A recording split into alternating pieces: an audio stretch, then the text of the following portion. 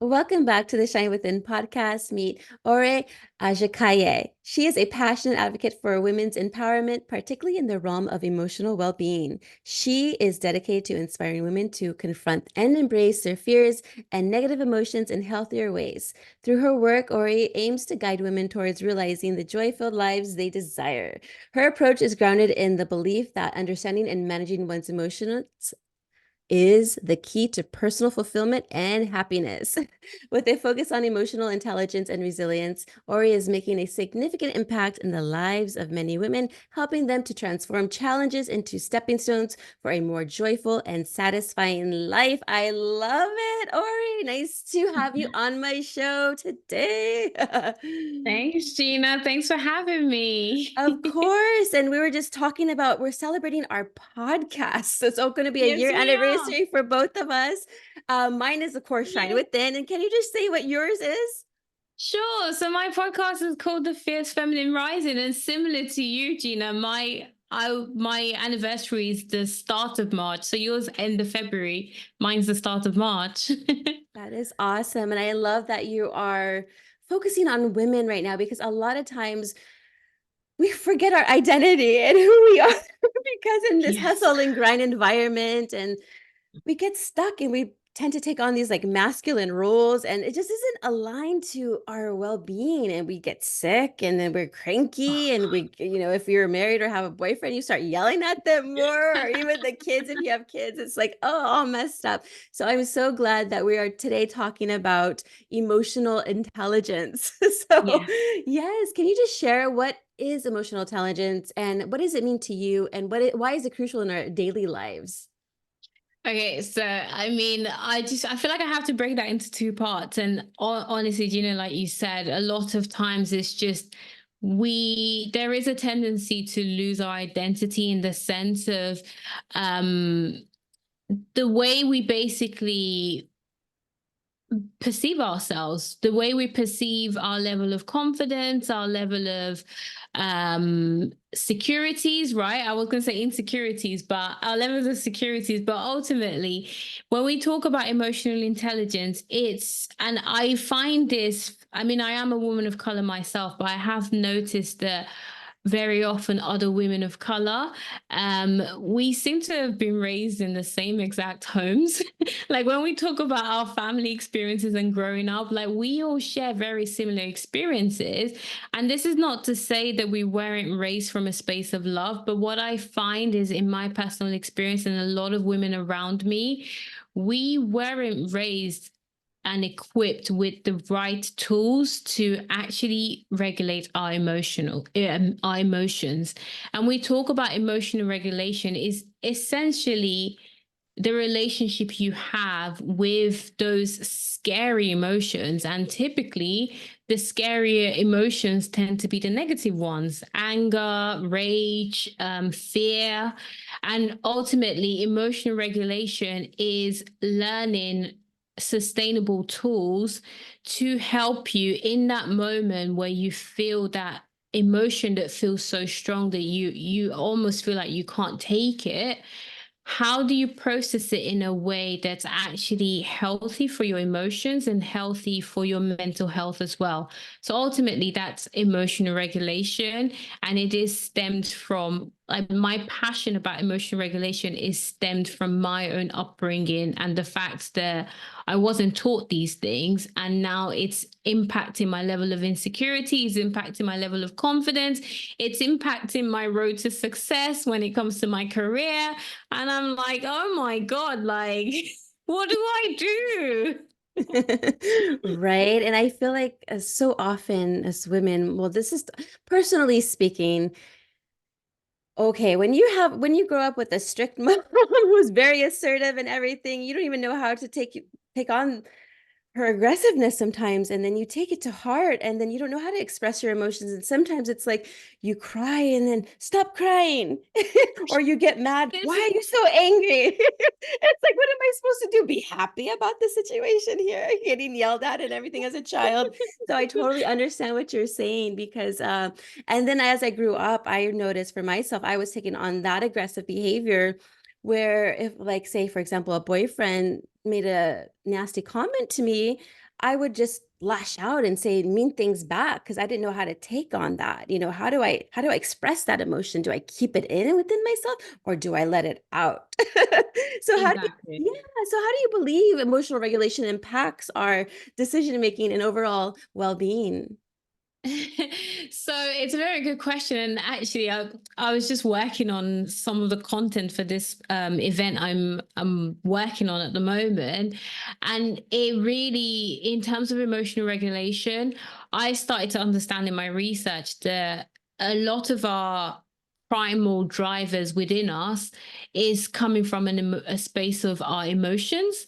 And when you want to make that decision between going swimming or gymming, like you should, to look after yourself, very often you may find that, oh, I don't feel like going, I'm not in the mood to go, so I'm not going to go.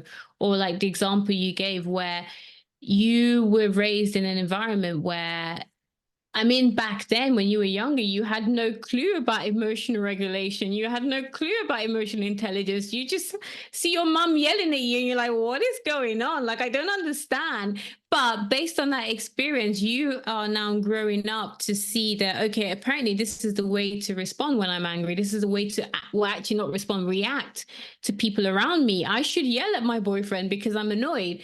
I should yell at my husband because I'm upset. And I don't even know why I'm upset. Like, honestly, Gina, I hadn't realized up until my 30s that I didn't even, a lot of times I actually struggled to identify my emotions, or sometimes I'd misidentify my emotions as well. And again, this goes back to the fact that we just didn't understand this. Like, emotions was never a thing, right? It was like, what are you crying? I'll give you something to cry about. Or how dare you cry? So because we were raised this way, emotional, not being able to regulate our emotions has actually impacted the way we interact with our environment. It's impacted the way we interact with loved ones, right? We're now getting to the stage where we're yelling at our partners when actually we just want to have a conversation. We just want to communicate our feelings. And I think the first thing to understand when you think about how your emotions impact you, first understand that, look, you yelling at your partner doesn't necessarily mean you're a bad person. Because I think one of the things that really affects people now when they want to have healthier relationships is that guilt, that feeling of guilt. Like, you almost don't even want to own up. Like, some people don't even want to put their hand up and be like, I do yell at my partner, because it's like, how am I going to be perceived by saying I yell at my partner? So I think the first is knowing that, yes, it does impact you. But the second is, it's not necessarily through your fault. It's just that that's what you were taught and that's what you learned. But the third thing is understanding that it is a learned behavior.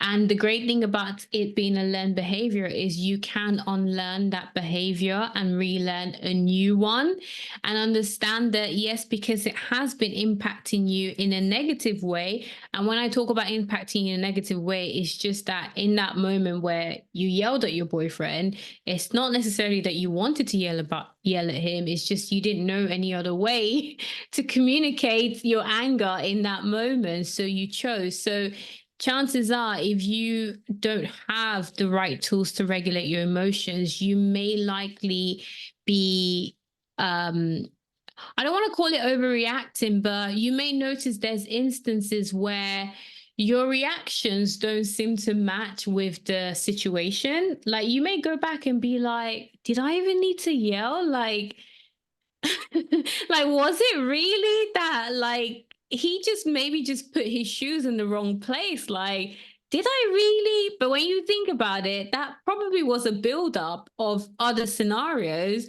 where, again, you weren't aware how to regulate your emotion. So you've let it build up, and you've let it build up to this volcanic state where you're now exploding and it's now impacting you negatively.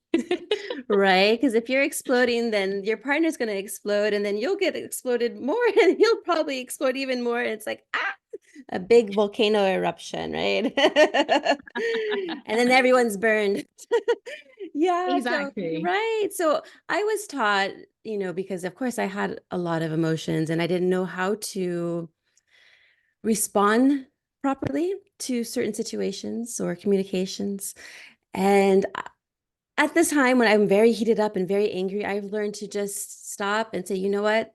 I'm so sorry. I'm gonna need to take a break. I'm gonna have to step away for just a moment and come back to you when I've cooled down a little bit. Because I was learning how to work on my anger. I was such an angry person before. Not anymore. I'm very loving. I guess I've always been very loving, but that anger was there from a lot of hurt from the past. And so that was one strategy I had. And then tone is always very important as well. Like if you are in a heated argument, I make sure I check my tone. Like, am I like yelling, like projecting, like, or am I like, hey, I understand where you're coming from. Let's take a look at this. So in your opinion, what are some effective strategies for recognizing and managing our emotions, especially in these high stress situations? Don't get me started about high stress. So I would honestly, I find that with my clients, and you remember I was saying about how it didn't take me till my 30s to be able to actually correctly identify my emotions. I think one of the strategies is also to know what your baseline is as well. So a lot of people don't actually even really know what their baseline is. And the second thing is actually self observation as well, and knowing what's actually going on within your body. Because when I was misidentifying or mislabeling my emotions, is that there's actually like slight nuances between anger and sadness, for example, apart from the obvious ones. But it's actually where you're upset, you don't know why you're feeling upset, or is it that you're upset or frustrated? I find that one of the effective strategies is to start to notice what's going on in your body. And honestly, Gina, in that moment when you're really angry, the last thing you're thinking is, okay, I'm going to stop and observe what's going on in my head, right? It takes time, and I tell my clients this, like, understand it's going to take time. You're learning a new behavior, but a strategy is to observe what's going. So try and be an independent observer in that moment. And honestly, like, be very aware that at the start of it, in that moment where you're super angry, chances are you're or everything I'm saying right now is going to fly out the window. But a lot of things I used to, one of the recommendations I strongly recommend to my clients is take advantage of hindsight. And like you said, where actually in that moment, yes, you might not think about the tools to equip you, but you can always reflect. You can always do the reflection back in hindsight and be like, okay, so what was going on with me in that moment when I was super angry? How did I feel? It's best if you can do it in the moment where you feel that emotion. But if you're struggling to do it in that moment, then hindsight is always helpful as well, where you think back to that moment. What made me so angry? What did the person say? You want to identify the triggers as well. Was it, and like you said, the tone. So was it the tone of what they said? Was it how they said it?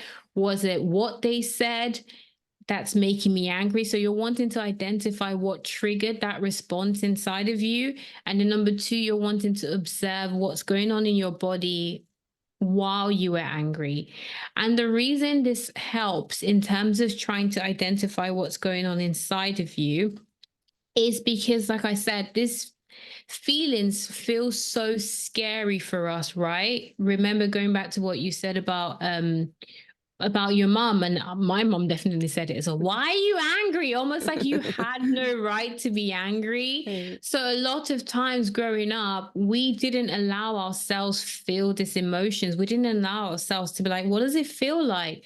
So as we grow into adults, we are literally so petrified to feel these emotions because somewhere in our subconscious, we're being told you dare not feel this emotion. So now growing up, we're so desperate not to feel the emotion. We're so desperate to push it as far away from us as possible that we just think it's unbearable. I can't stand it.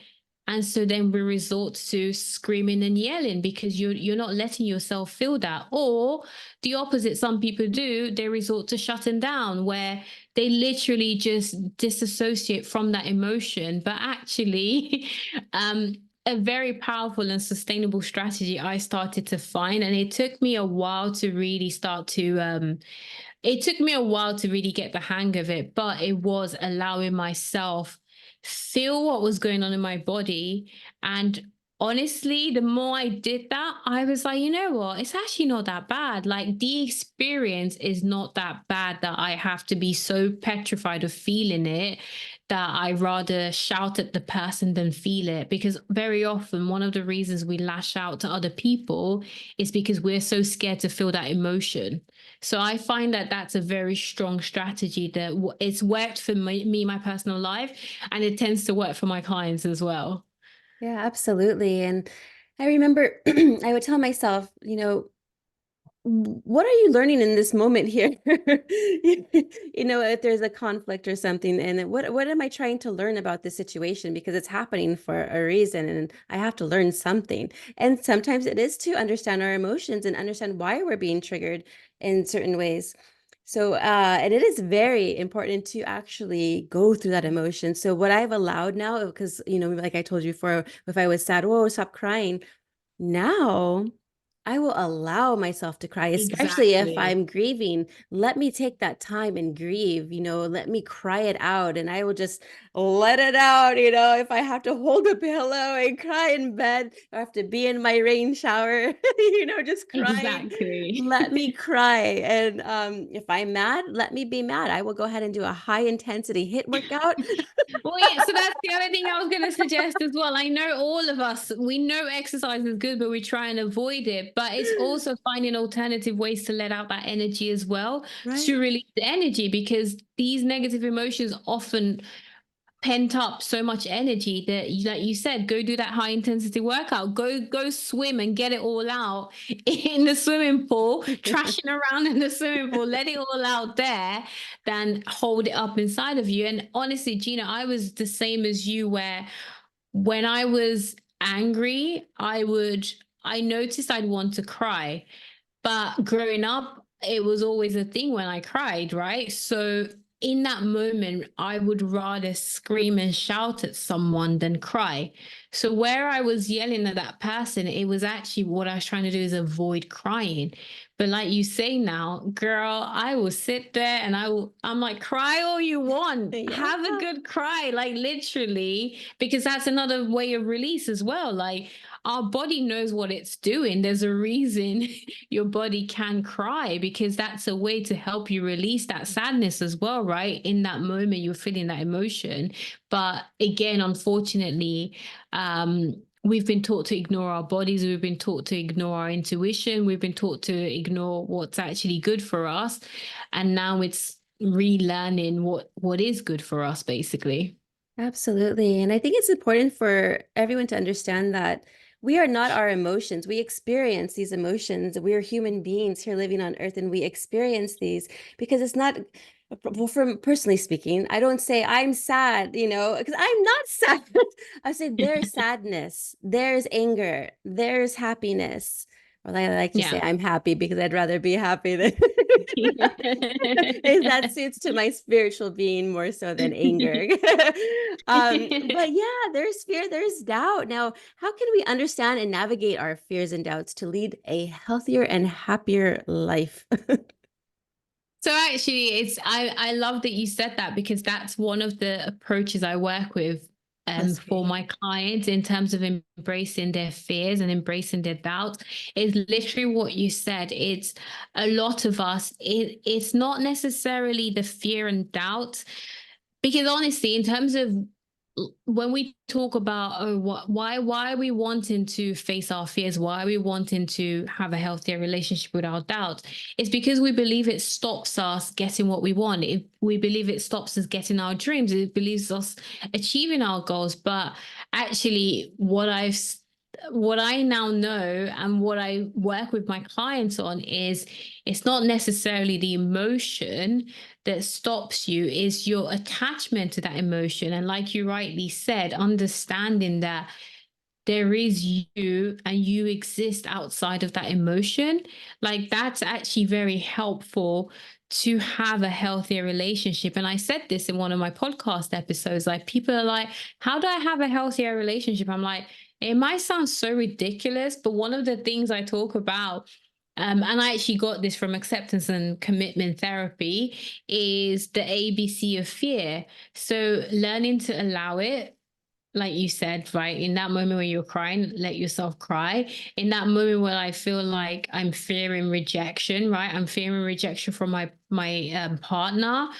Allow that emotion to happen. Understand that there is happiness just as there is sadness, and emotions do exist. Emotions are part of the human experience, and you can actually visualize yourself outside of that emotion, but allow it happen. And then the B stands for befriending your fear. So talk to your fear. A lot of times as well, growing up as women, um we literally were not given the chance to speak up. We were not given the chance to express what we're thinking. So now I actually say to people, have a conversation, be like, girl, let's talk. And maybe do this where no one's watching, because you don't want to be that, you don't want to look like that weird person in the corner of a cafe talking to yourself. But honestly, in a moment where I'm like with my business, for example, if I notice doubt creeping in the past, I would immediately try and bury it, throw it away, and just be like, ignore the doubt, ignore the doubt. But now I'm like, welcome, please take a seat. And I have that conversation, and it's like, what's going on? Tell me why are you feeling this way? What's making you feel this way? And then the third step is to channel it. So now you understand why you feel the fear. And honestly, Gina, I've noticed with myself and with my clients, like, allowing themselves have that conversation and allowing themselves listen to that fear, often that normally helps them to dissociate from the fear, like just going like, okay, I get it. It's actually quite logical that you will be fearful of failure, right? You're starting to do something big. You're doing something bigger than you've ever done before. I think it's natural that you are scared. And normally, once you have that befriending conversation and you just listen, like it's just like hear me out, and you've just heard yourself out. A lot of times, people find that does help. And then, but the other step you can then do is channel it. So, a lot of, I mean, all our emotions have like an energetic charge to them. So actually, a lot of times when you feel that fear, you hear people go, I've got butterflies in my tummy, right? So it's all about channeling that fear. It's like, okay, now I know I'm feeling scared that my business might fail. How about I channel it into staying focused? How about I channel it into trying to find the next client? How about I channel it into setting the next goal, and actually work on utilizing that energy in a more productive way? So there's the ABC of fear that works quite well with helping people start to embrace their fears and start to have a healthier relationship with their fears. But yeah, that's one of the approaches I normally find works quite well. That's wonderful. The ABCs. Yeah. So yeah, the coffee shop, that reminds me. I think I did see a couple of people like that. No judgment, I'm just like, whatever, sometimes we need a conversation with ourselves, and I'm guilty of it too. But more so like in my head, or like if I'm by Mm. myself. It's nobody's business to know what's going on between me and myself and I. Exactly. And guys, if you're worried of talking out loud, you can always write it down. You can always journal, right? That's also helpful. Absolutely. Yes. And someone said you can even hop on to like Zoom and just record yourself talking to yourself, like, I hey. like that. Yeah. Literally, can you imagine? Yeah. I love it. Yeah. So I And have I children. Oh, always yeah. say to, sorry, I was just going to say, I say to Yeah. people, whatever works. I will give you recommendations, but find what works for you. Yes, because everybody's different and we all learn Exactly. differently too. Good point. Good point. No, I was going to say is that I have children. How can we teach and encourage emotional intelligence in children and even like young adults? That's a very good question, actually. And so, well, the first thing I have to say, and this surprised me, but I started to notice there's quite a few books that help kids explain emotions. I don't know if there's English versions, because my partner's Italian and I've been learning Italian. And I Oh, wow. noticed from that, there's quite a few Italian books that I mean, I learned from the book. This book is for like a 3-year-old. And And I actually learned about my emotions from that book. So I imagine there might be books that can help. But number two, I think it's I don't have kids, so I don't want to come across as that like, oh, well, just do this. And you're in your head, you're laughing like, good luck trying that with a 3-year-old. But something I find with like my niece and nephew, for example, when they're feeling a very charged emotion, I do find that coming down to their level, I feel that makes a difference, which I never got that growing up. So I feel like that's already a step ahead. I feel going down to their level does help. And honestly, from my coaching, my experience as a coach, I step into coaching mode. And by coaching mode, I mean just living open-ended questions and non-judgmental questions. And an example of a non-judgmental question is, why are you crying, right? Like that's already laced with judgment. But it's like, what is going on? What are you feeling? So remember when I talk about observing it in your body, you're basically helping the child observe it themselves and asking them the questions. What's going on right now? How are you feeling in this moment? On a scale of 1 to 10, what emotion do you feel? Like literally just asking them these questions and helping them talk through their emotion the way you would do it to yourself, the way you're observing your body. How do you feel in this moment? What is wrong? What do you think we can do to rectify the situation? Like I do that with my niece and nephew when they're feeling very angry. And I think, to be honest, like earlier when you mentioned tone of voice, like I don't have kids of my own, but I do notice with my nephew, for example, because of my tone of voice in that moment, half the time I don't even know if he's listening to what I'm saying. But I think because my tone is quite calm, it almost helps to ground them. Because even as an adult, we do teach grounding exercises, for example. And like you said, how tone can be quite important. It's the same for kids, right? I feel like that calming tone, sometimes I feel it does help them calm down and relax as well. I noticed that. But I mean, that's the suggestion I would make in terms of helping them start to understand. And I think even kids also learn by observing as well. I journal every day. I meditate, which honestly, Gina, I have to say, I shout out to my nephew. He stayed over the other day, and I was like, there's no way he's going to sit still. But I have to say, I did a 30-minute meditation, and he sat next to me and stayed quiet for 20 minutes, which I thought was pretty good. So, Yeah. but him observing me doing that, I feel like same way we learned from our parents how to react when angry or when sad. I feel like they just learn by observing you. So if you're wanting to teach them emotional regulation, then you have to start from yourself, I would say. Absolutely, 100%. I was just going to say that too. You set the example for your children. If you have your emotions in check, most likely they're going to grow up with their emotions in check. So it always starts within the home, since we are the Exactly. teachers. Yeah, or definitely the teachers there. And a good point you brought up is validating their emotion as well. You want to validate. And it reminded me of a book. So I had a way to communicate with my toddler when he was about 2 years old, 3 years old. Well, 2 years old, because he wasn't talking too much. And a book, I think it was called Toddler Ease. And because they're like little cavemen, because I have boys. Yeah. They're like little I cavemen. know. I've got my nephew, and he can be a caveman quite a few times, actually. Yeah. And so if they're wanting something, they're like, this. And says you kind of have to like validate, oh, you want this, you want this, you want this, like several times. And they'll be like, yeah, she gets me because she knows what I want. Otherwise, if you're just like, no, no, no, no, then they'll be like, but just that form of communication, just validating with that energy exchange as well, you're able to then say, hey, I understand you. You're two, but I understand Exactly. you. And you understand me. Honestly, like think about yourself, Gina, and your relationship with your boyfriend or your husband. Like in that moment, imagine you're trying to articulate yourself and you're struggling to articulate, and you don't feel validated. A lot of times we get annoyed, like, you're not listening to me, you don't understand me. I feel it's the same for kids as well. Like if they Right. feel like their emotion isn't being validated, or you are being dismissive of how they feel in that moment, it's just going to aggravate them even more, I imagine. Totally. Now, I want you to share a personal story where emotional intelligence helped you overcome a challenging situation. Oh God, I feel like that's my life every day.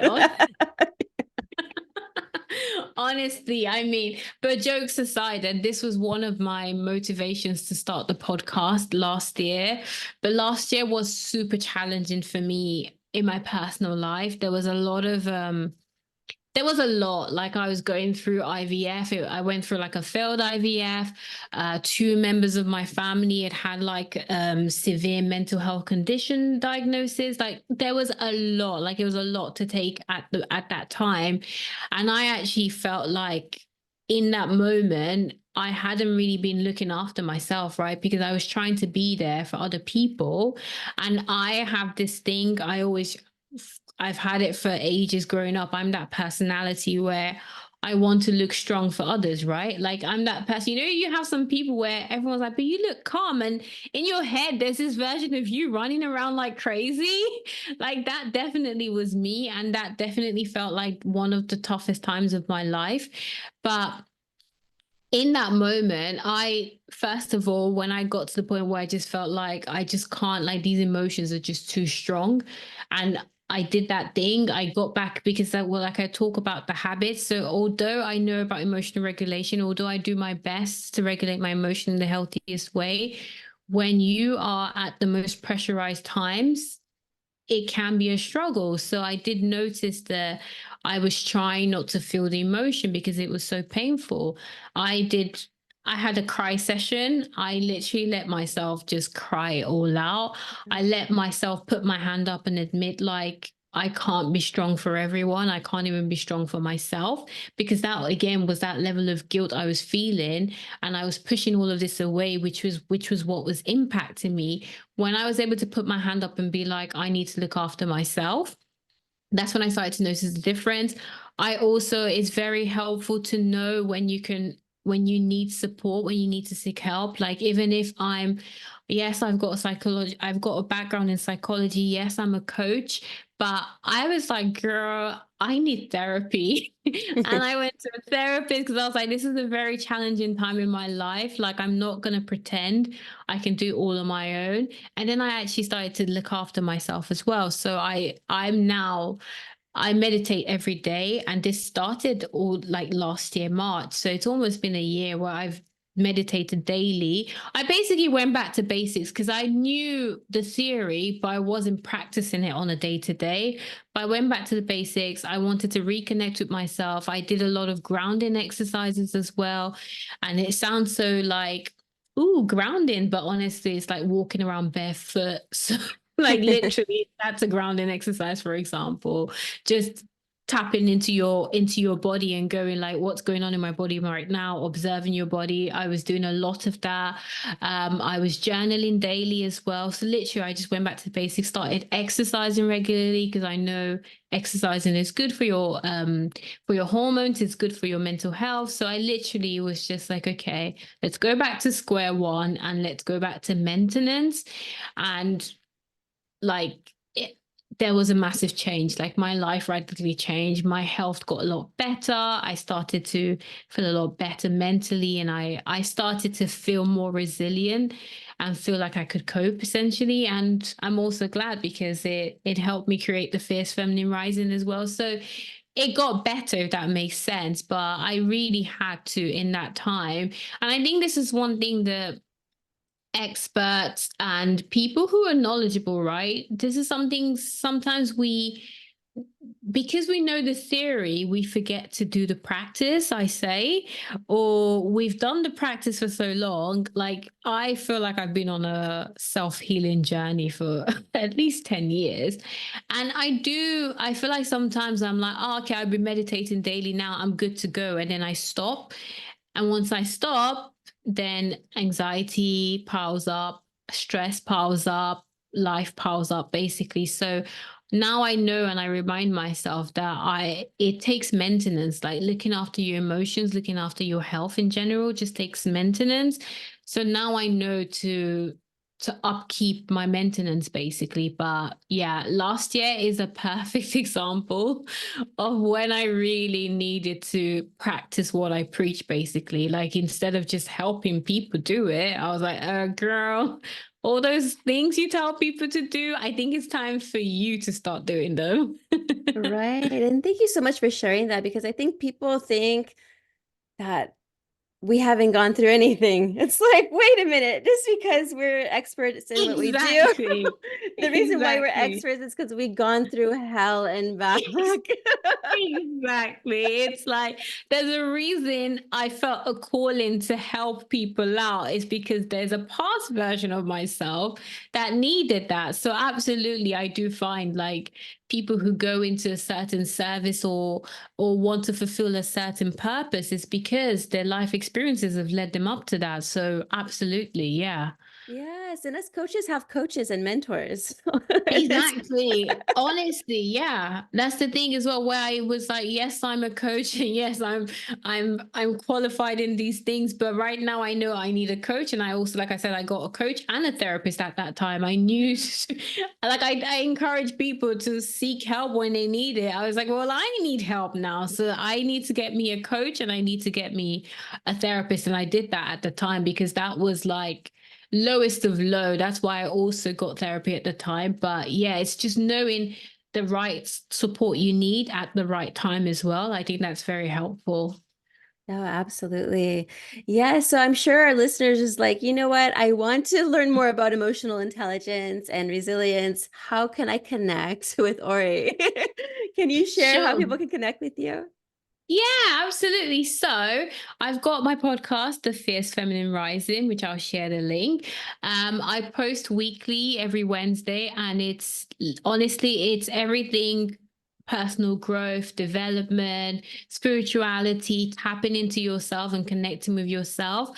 I do quite a few solo episodes, but I also invite guests on as well, lots of experts. So there's lots of goodies on there for people to check out. But also, I was just saying to Gina before we press record that I'm actually currently working. So I do emotional regulation and I work with helping people have a healthier relationship, but I actually do it more specifically with your working environment, getting you to really own your desires when it comes to what sort of money you want to make professionally, what sort of promotions you want to have, what career opportunities you want to have, what opportunities you want to have. And I'm in the process. At the time this goes out, there should be a link for people to register. It's a free 5-day event, and it's getting you to start to secure higher salaries, promotions, job opportunities by embodying a heightened level of confidence beyond doubt.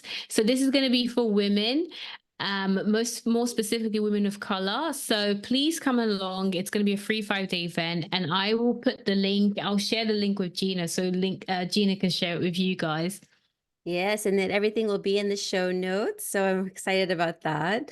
But Ori, finally, what is the first step someone can take today to start creating their life from a space of desire rather than fear? That's a good question. So I always tell people to start with their why, and it might feel so basic. Like, what do you mean? But half the times when I ask my clients, they're like, I want a promotion, I want this career. I'm like, why do you want it? I don't know, to make money. And I feel like knowing your why is important because let's be honest, I'm sure Gina will support me on this, that getting your life to where you desire it to be, getting your life to that space where you are the best version of yourself, it requires work, right? It requires commitment. So you have to know why you're doing what you want to do, because there is a level of commitment that is required to help you get to where you need to be. Like, I'd love to tell you that I could just sell you this magic pill. You're going to take that pill, and overnight, your life will be amazing. Girl, if it was that way, then I'm sure number one, I'd be a billionaire. And number two, I would give out the pill to everyone.